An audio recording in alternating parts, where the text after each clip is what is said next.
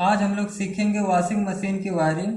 Washing machine में जो उपकरण लगा है वो कैसे कार्य करता है और उसकी वायरिंग कैसे करते हैं, सब कुछ आराम से स्टेप बाय स्टेप जानेंगे। तो वीडियो में अंत तक बने रहें। चलिए वीडियो को स्टार्ट करते हैं। ये मेन सप्लाई है जिससे वॉशिंग मशीन को चलाएंगे और ये स्पिन मोटर है। स्पिन मोटर में तार जोड़ने के लिए 3 वायर निकला रहता है, जिसमें एक रनिंग का होता है, एक स्टार्टिंग का होता है, एक कॉमन का होता है। और इसी स्पिन मोटर के ऊपर एक ड्रम लगा हुआ होता है। उस ड्रम पर एक ढक्कन लगा होता है। ये हमारा स्पिन ढक्कन है। और इस ढक्कन के ऊपर 2 पत्ती लगी होती है जो कॉपर की होती है।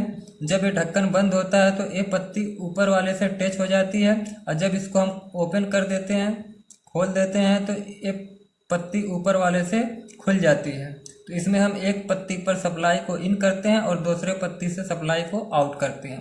ये हमारा स्पिन टाइमर है। स्पिन मोटर को कंट्रोल हम इसी स्विच से करेंगे। ये एक प्रकार की स्विच है जो टाइमर से चलती है, इसीलिए इसका नाम स्पिन टाइमर है। इस स्पिन टाइमर में 2 पॉइंट होते हैं तार जोड़ने के लिए। एक पॉइंट पे फेस को इन करते हैं और दूसरे पॉइंट से फेस को आउट करते हैं। और ये हमारा वॉश मोटर है। इसमें भी तार जोड़ने के लिए 3 वायर रहता है, जिसमें एक रनिंग, एक स्टार्टिंग और एक कॉमन का होता है। और ये एक स्पीकर लगा हुआ होता है जो कपड़ा धुलने के बाद आवाज़ टीटी करता है, तो उससे हमें पता चलता है कि हमारा कपड़ा धुल चुका है। और ये वॉश टाइमर है। इसी वॉश टाइमर एक स्विच है, ये भी टाइम के हिसाब से काम करता है, इसके लिए इसका नाम वॉश टाइमर है। और इस वॉश टाइमर से हम स्पीकर और एक वॉश मोटर को दोनों को कंट्रोल करेंगे। इसमें तार जोड़ने के लिए 4 पॉइंट रहता है। एक पॉइंट से इन कराते हैं, बाकी 3 पॉइंट से आउट कराते हैं। और ये हमारा कैपेसिटर है। ये 2 पावर का कैपेसिटर है। एक साइड इसका B6 या ये जो B लिखा है ये वायर का कलर बताता है, और जो 6 लिखा है ये बताता है कि ये कितने MFD का है। तो ये 6 MFD का है।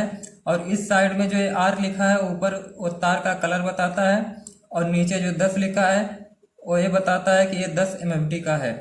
स्पिन मोटर पर लोड कम रहता है, इसलिए हम कम MFD वाला जो वायर है उसको स्पिन मोटर में जोड़ेंगे।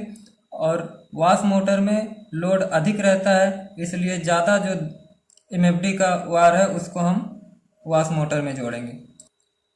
तो चलिए हम सबसे पहले कैपेसिटर के वायर को जोड़ते हैं।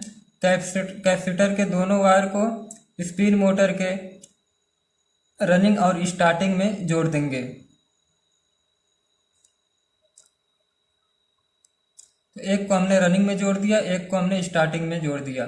सेम ऐसे ही ये जो 2 वायर है, इन दोनों वायरों को वॉश मोटर के रनिंग और स्टार्टिंग में जोड़ देंगे।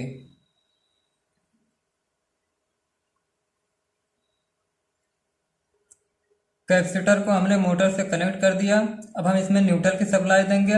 इसमें हमारा 3 उपकरण है, एक ये मोटर, स्पिन मोटर, एक वॉश मोटर और एक स्पीकर। इसी तीनों में हमें न्यूट्रल की सप्लाई को देंगे। तो चलिए हम न्यूट्रल की सप्लाई को सबसे पहले लाकर स्पिन मोटर के कॉमन वाले पर जोड़ देंगे, और इसी न्यूट्रल को और आगे लाएंगे, वॉश मोटर के कॉमन वाले पर जोड़ देंगे। और इसी न्यूट्रल को और आगे लेकर आएंगे, स्पीकर के एक पॉइंट पर जोड़ देंगे। फेस की सप्लाई को लाकर सबसे पहले स्पिन टाइमर के एक पॉइंट पर इन कराएंगे। स्पिन टाइमर के एक पॉइंट पे हमने जोड़ दिया है, और दूसरे साइड से, दूसरे वाले पॉइंट से आउट करा के ये जो स्पिन ढक्कन है इसका जो ये कॉपर की पट्टी है इस पे किसी पे लाके जोड़ देंगे। हम ये ऊपर वाले पे जोड़ दे रहे हैं। अब दूसरे वाले पत्ती से आउट कराएंगे और मोटर के रनिंग वाले वायर पे लाके जोड़ देंगे।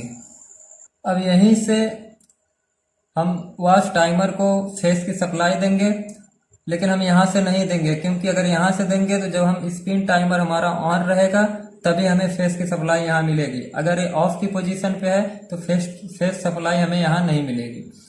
तो हमें कपड़ा अगर सुखाना नहीं है, सिर्फ धुलना है, तो हम यहाँ से अगर दे देंगे तो फिर हमें ये स्पिन मोटर को भी ऑन करना पड़ेगा, तभी हमारा ये वॉश मोटर चलेगा। इसके लिए हम यहाँ से देंगे ताकि हमारा ये चले या ना चले, हमारा जो करंट है यहाँ तक पहुँचना चाहिए। तो हम यहाँ से एक वायर लेंगे और इसमें यहीं से एक वायर उठाएंगे और इसको लाकर वॉश टाइमर के एक पॉइंट पे इन करा देंगे और इन तीनों पॉइंट से हम फेस को आउट कराएंगे। तो ये जो पॉइंट है इससे हम फेस को आउट कराएंगे और ला के वॉश मोटर के एक पॉइंट पर जोड़ देंगे और इस वाले पॉइंट से एक फेस को आउट कराएंगे और ला के वॉश मोटर के रनिंग वाले वायर पर जोड़ देंगे और इस पॉइंट से फेस को आउट कराकर लाएंगे और स्पीकर के एक पॉइंट पर जोड़ देंगे।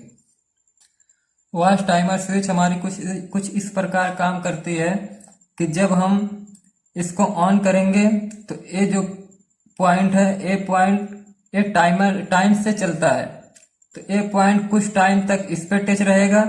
जब इस पे टच रहेगा तो हमारा फेस स्टार्टिंग वाले वायर पे आएगा, तो ये हमारा मोटर उल्टी दिशा में चलेगा और कुछ टाइम के बाद फिर ये जाके इस पे टच हो जाएगा तो हमारा फेस रनिंग पे आएगा, तो फिर ये सीधी दिशा में काम करेगा। और जब ये हमें कपड़ा धुलने वाला काम खत्म होगा कि हमारा कोई टाइम एक निर्धारित समय होगा और उस निर्धारित समय से आधा 1 मिनट पहले यही पॉइंट उठ के यहाँ पे टच हो जाता है। तो जब यहाँ पे टच होता है तो यही फेस हमारा यहाँ से यहाँ आ जाता है स्पीकर के पास, तो स्पीकर टी टी की आवाज़ करने लगता है। तो हमें पता चल जाता है कि हमारा कपड़ा धुला जा चुका है। तो आज का ये वीडियो आपको कैसा लगा कमेंट बॉक्स में कमेंट करें और किसी भी प्रकार का सवाल या सुझाव है तो कमेंट बॉक्स में लिखें। वीडियो अच्छे लगे तो लाइक करें। वीडियो देखने के लिए धन्यवाद।